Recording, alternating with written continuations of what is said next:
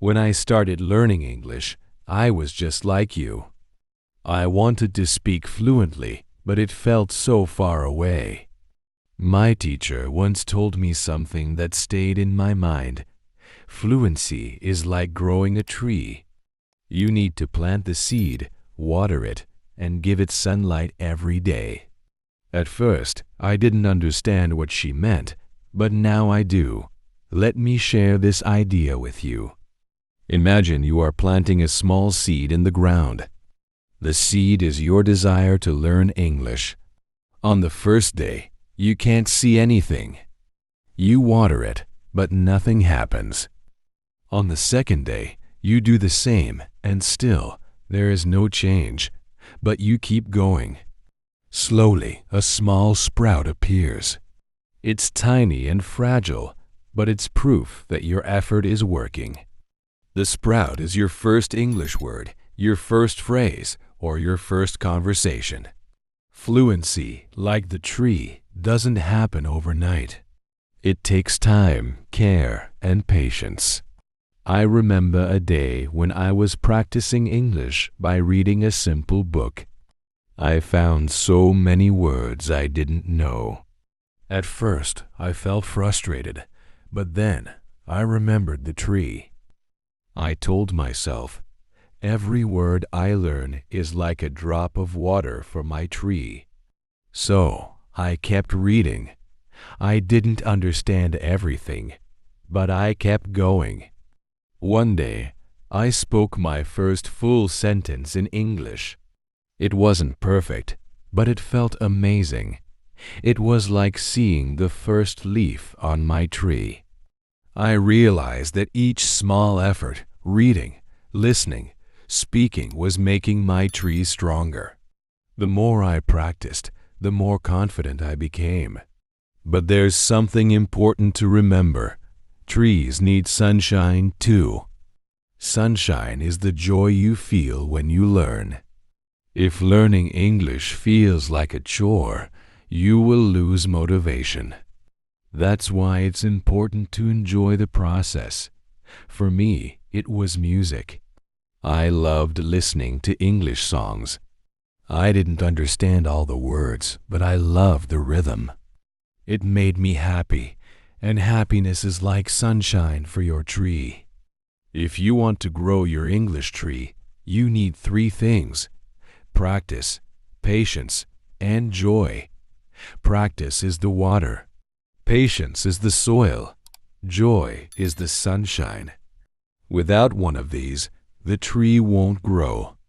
But if you have all 3, your tree will become big and strong. One of my students once said, "Teacher, I practice every day, but I don't see progress."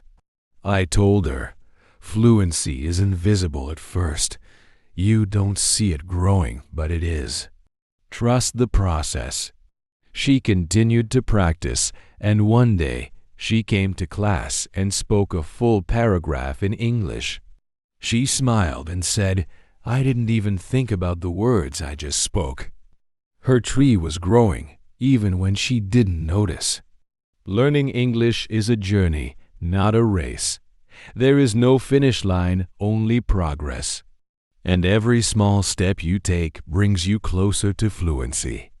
Remember, the most important thing is to keep going, even when it feels hard. Your tree is growing, even when you can't see it.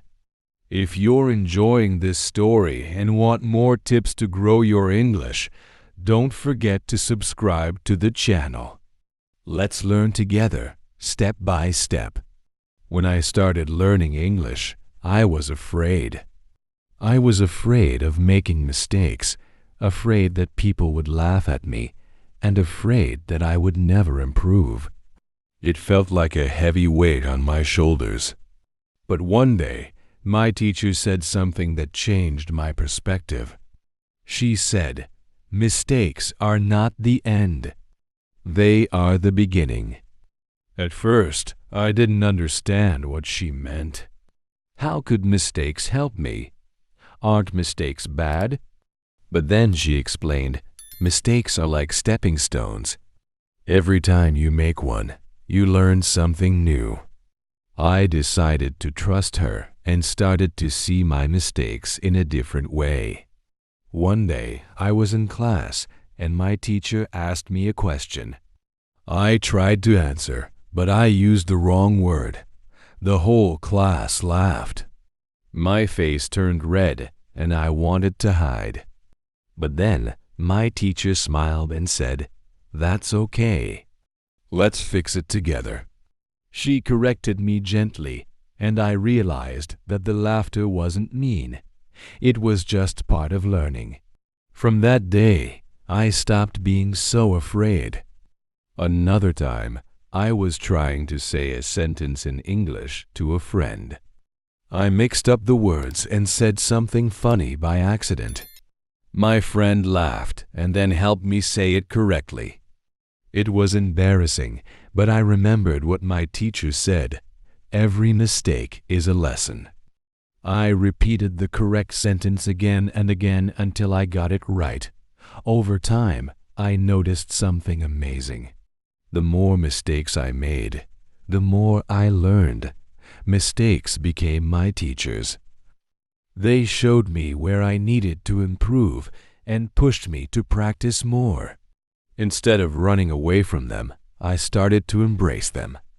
One of my students once told me, "I can't speak in English because I'm afraid of making mistakes." I smiled and said, "Do you know what the biggest mistake is? It's not trying at all." She looked at me, surprised. I continued, "When you don't try, you stay in the same place.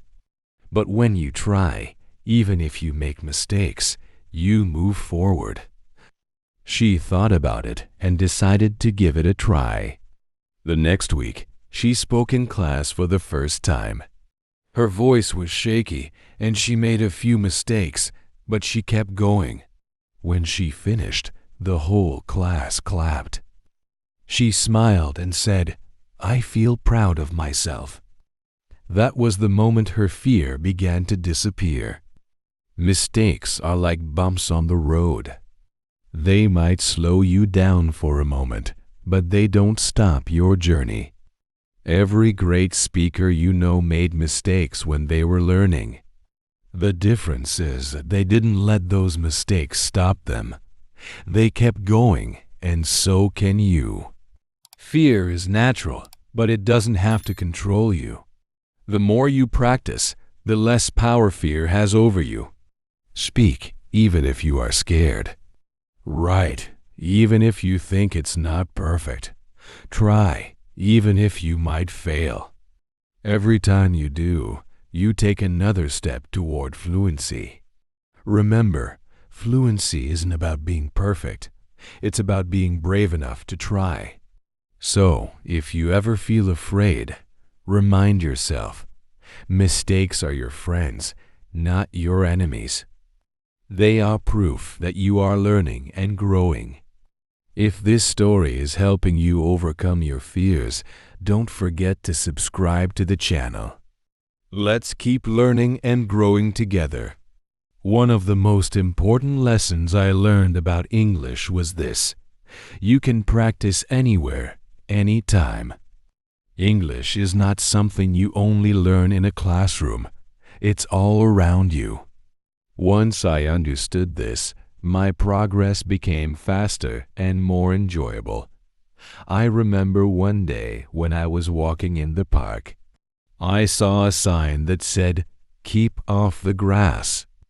At first, I didn't understand what it meant, so I took a moment to think.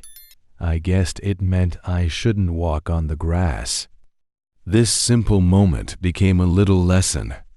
From then on, I started to notice English everywhere in signs, menus, advertisements, and even on product labels. Every word was an opportunity to learn. Practicing everywhere means being creative. For example, I loved music, so I started listening to English songs. At first, I didn't understand most of the lyrics, but I didn't give up. I chose songs with simple words and sang along. Over time, I started recognizing phrases and learning their meanings. Singing made learning fun, and I didn't even feel like I was studying. Another way I practiced was by talking to myself. It might sound funny, but it works. When I was alone, I would describe what I was doing in English. For example, while cooking, I'd say, "I am cutting the onion." Now, "I am putting it in the pan." These little sentences helped me think in English and made speaking feel more natural. I once had a student who wanted to improve but said, "I don't have anyone to practice with." I told him, "You can practice with anything." I showed him how to use everyday objects to learn. He would pick up a pen and say, "This is a pen. It is blue. I use it to write."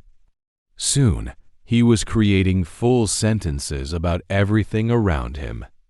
His confidence grew, and so did his vocabulary. Practicing everywhere also means using technology. I remember downloading an app to learn new words. Every day, I would spend 10 minutes learning and repeating the words.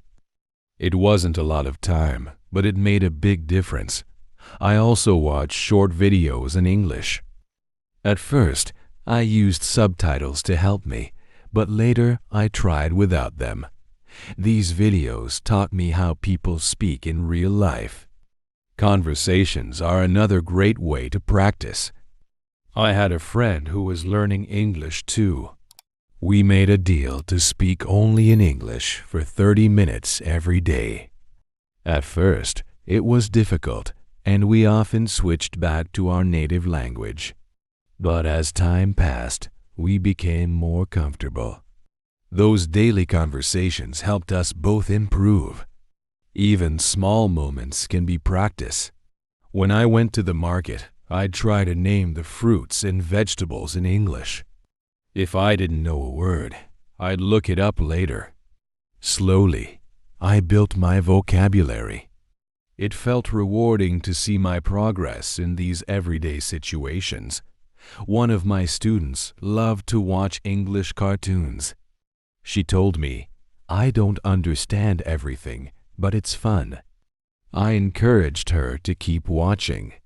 Over time, she started recognizing common phrases and even copying how the characters spoke. It became her favorite way to practice, and she improved a lot. The key to practicing everywhere is consistency. You don't need hours of practice. Even 5 minutes here and there can make a difference. The more you expose yourself to English, the more natural it feels. Learning isn't about big steps. It's about small, steady progress. So, look around you. Where can you find English? On your phone, in your home, outside on the street? Every place has something to teach you. Take advantage of these opportunities and turn your everyday life into a classroom.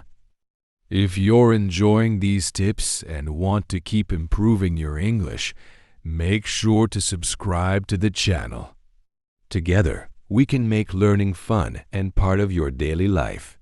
When I was learning English, I discovered something very important. Listening is one of the best ways to learn.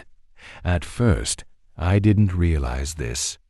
I thought speaking was the only thing that mattered. But then my teacher said, before you can speak well, you need to listen well. Those words stayed with me. Listening is like filling a jar with water. Every word you hear is a drop. The more you listen, the more your jar fills up. And one day, when the jar is full, you'll have all the words you need to speak fluently. I remember one of my first listening exercises. My teacher played a short story for the class. At the beginning, I only understood a few words. It felt like a puzzle with missing pieces, but I didn't give up. I listened again and again. and each time I understood a little more. By the end, the puzzle was complete. That moment showed me how powerful listening can be. Listening to stories was my favorite way to practice. I loved hearing how words fit together to make sentences. It was like music to my ears. Even if I didn't understand every word, I could guess the meaning from the tone and context. This helped me learn naturally without feeling overwhelmed.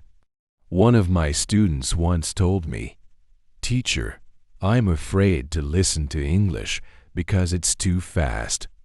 I smiled and said, "Don't worry about speed. Focus on understanding the feeling of the words. Listen for the rhythm and repeat what you hear." She started practicing by listening to children's audiobooks.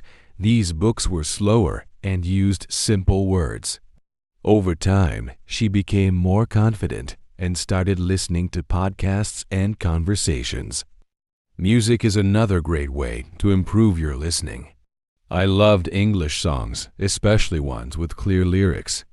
I remember singing along to my favorite songs. Sometimes I got the words wrong, but that didn't matter. The important thing was that I was practicing. I even kept a notebook where I wrote down the lyrics. This helped me connect the sounds to the words. Movies and TV shows are also amazing tools. When I started, I used subtitles in my native language. Then I switched to English subtitles. Finally, I watched without any subtitles. This process helped me see how words were used in different situations. Plus, it was fun. I felt like I was learning without even trying. Listening doesn't have to be formal. You can listen to conversations around you. For example, when I was at a cafe, I'd listen to people ordering coffee. I'd try to guess what they were saying and imagine myself in their place. It was like a game, and it kept me curious. One of my students had a unique way of practicing. He would listen to the news every morning while eating breakfast. At first, he didn't understand much, but he kept going. After a few weeks, he started recognizing common phrases. He told me, "Now I can understand the main ideas even if I don't know every word." The key to improving your listening is repetition. The more you hear something, the easier it becomes to understand. Don't worry if you miss words or phrases. Every time you listen, you're training your brain to recognize sounds and patterns. Another important thing is to be patient with yourself. Listening takes time. There were days when I felt frustrated because I couldn't understand everything. But I reminded myself that it was part of the process. Little by little, I got better. So, find something you enjoy listening to: stories, songs, podcasts, or movies, and make it a part of your routine. Let English surround you, and you'll see how much you can learn just by listening. If you're finding these tips helpful, remember to subscribe to the channel. Let's keep improving our English together, one step at a time. One of the biggest changes in my journey to learning English happened when I started thinking in English. At first, it felt strange and difficult. My mind was used to translating everything from my native language. But once I learned how to think directly in English, everything became easier. When I first heard about thinking in English, I thought, how is that possible? My brain doesn't know enough words. But my teacher explained it to me. She said, start small. Don't try to think in full sentences at first. Begin with single words or short phrases. So that's what I did. For example, when I saw an apple, instead of thinking, this is an apple in my language, and then translating it, I tried to think, apple directly in English. Slowly, I added more words. I started thinking red apple, and later, I like red apples. It felt like building a house brick by brick. One trick that helped me was labeling things around my home in English. I put small stickers on objects like door, chair, and table. Every time I saw these objects, I said their names in English. It was a simple way to train my mind. Another thing I did was narrate my day in English. When I woke up, I thought, I am getting out of bed. While eating breakfast, I said to myself, I am drinking coffee. These small thoughts turned into bigger ones, like, what should I do today? Over time, thinking in English became natural. One of my students once told me, "Teacher, I always get stuck when I try to think in English." "It's too hard," I told her. "It's okay to get stuck. It's part of the process. When you don't know a word, try to describe it." For example, if she didn't know the word umbrella, she could think, "It's something you use when it rains." This helped her stay in English instead of switching back to her native language. Thinking in English also helps with speaking. When you practice thinking in English, the words come more easily when you talk. I remember a time when I was practicing this. I was in the market, and someone asked me a question in English. Normally, I would need a moment to translate my answer, but this time I replied without thinking. It felt so natural, and I realized how much I had improved. Another way to practice is to imagine conversations in English. I used to pretend I was talking to someone about my day or explaining something I liked. This was great because it let me practice vocabulary and phrases in a safe way. There was no pressure to be perfect. One of my students loved sports. He told me, "I always think about football in my language." I suggested he try thinking about it in English instead. He started imagining himself talking about football in English, describing players and games. Soon, he was able to discuss his favorite team in English with confidence. Thinking in English doesn't mean you have to know every word. It's about training your brain to stay in English as much as possible.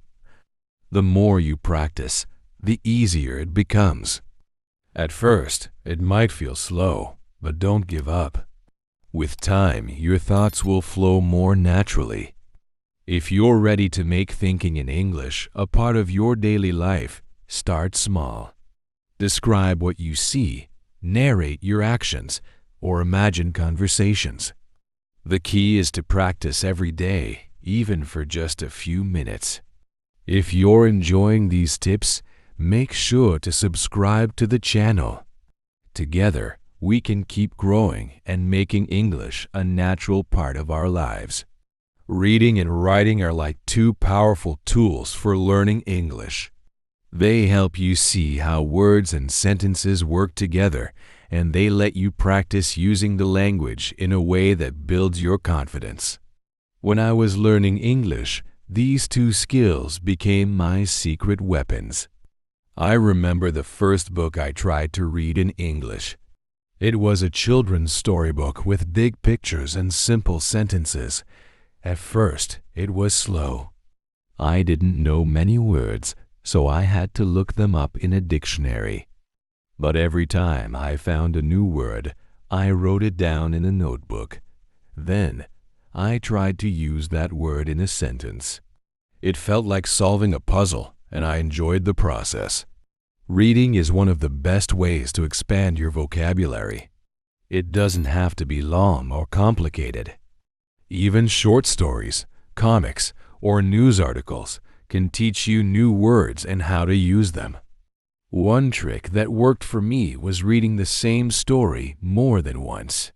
The first time, I focused on understanding the general meaning. The second time, I paid attention to details. By the third time, the words felt more familiar, and I could enjoy the story more. One of my students once asked me, "Teacher, what should I read if I don't understand much English?" I told her, "Start with what you love." She loved animals, so I suggested short articles about animals. She began reading about cats and dogs and learned new words like tail, whiskers, and paw. It made her excited to keep reading. Writing is just as important as reading. When you write, you practice creating sentences and expressing your ideas. At first, I was nervous about writing in English. I thought, what if I make mistakes? But then my teacher told me, mistakes are part of learning. Just write. So I started with small things, like writing about my day or making lists of things I needed to do. One day, I wrote a letter to myself. It was simple. "Dear me, today I learned 3 new words. I feel proud of myself. Keep going." Writing this letter made me feel happy and motivated. Later, I started writing short stories. They weren't perfect, but they were mine. Writing gave me a chance to use the new words I had learned from reading. One of my students had a great idea to improve her writing. She kept a journal where she wrote 1 sentence every day. At first, her sentences were short, like, "Today is sunny." But as she practiced, her sentences grew longer and more detailed. "Today is sunny, and I went to the park with my friends. We played games and ate ice cream." Seeing her progress gave her confidence. Another way I improved my writing was by writing about what I read. For example, after reading a story, I would write a short summary in my own words. This helped me remember the story and practice using new vocabulary. I also tried writing my own endings to stories, imagining how they could continue. It was a fun way to be creative and practice English at the same time. One of the best things about reading and writing is that you can do it at your own pace. There's no rush. You can take your time to understand, learn, and create. And the more you practice, the easier it becomes. If you're just starting, choose something simple to read and write about. Write a sentence about your favorite food, or read a short paragraph about a topic you like. Little by little, you'll notice your progress. Remember, every word you read and write is a step toward fluency. It's not about being perfect. It's about enjoying the journey. If you're finding these tips helpful, don't forget to subscribe to the channel. Let's keep learning and growing together, one word at a time. When I started speaking English, I felt nervous. My words were slow, my sentences were short, and I worried that people wouldn't understand me. But over time, I learned that confidence is more important than perfection. Speaking clearly and with confidence can make a big difference, even if your grammar isn't perfect. One day, I was in class, and my teacher gave us an exercise. She asked each of us to stand up and say 1 sentence in English. My heart raced. I thought, what if I make a mistake? What if everyone laughs at me? When it was my turn, I stood up and said, "My name is Name, and I like music." It was a simple sentence, but I said it with confidence. The class smiled and clapped. That small moment gave me courage to keep speaking. Clarity is just as important as confidence. I had a classmate who spoke very quickly. He wanted to sound fluent, but no one could understand him. Our teacher said, "Slow down, speak clearly, use simple words." When he followed her advice, people started understanding him better, and his confidence grew. I learned from him that it's not about speaking fast, it's about speaking in a way that others can follow. One thing that helped me was practicing with a mirror. I would look at myself and say, "Hello, how are you?" At first, it felt strange, but it helped me see my expressions and hear my voice. I noticed that when I smiled, my voice sounded friendlier. Smiling also made me feel more confident, even when I was nervous. Body language is another powerful tool. I once had a student who spoke very softly. People couldn't hear her because she looked down and didn't make eye contact. I told her, "Lift your head, look at the person, and stand straight." She practiced this, and soon her voice became louder and more confident. Her words carried more meaning because her body showed she believed in what she was saying. I also encourage my students to use their hands while speaking. Gestures can help explain what you mean and make your speech more interesting. For example, if you're talking about something big, you can spread your arms wide. If you're describing something small, you can pinch your fingers together. These movements make your message clearer and show that you're engaged in the conversation. Confidence doesn't come overnight. It's something you build with practice. I remember a student who was very shy. She didn't like to speak in front of others. I told her, "Start small. Practice with one friend or talk to yourself at home."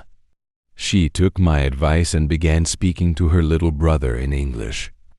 Every day, she said a few sentences.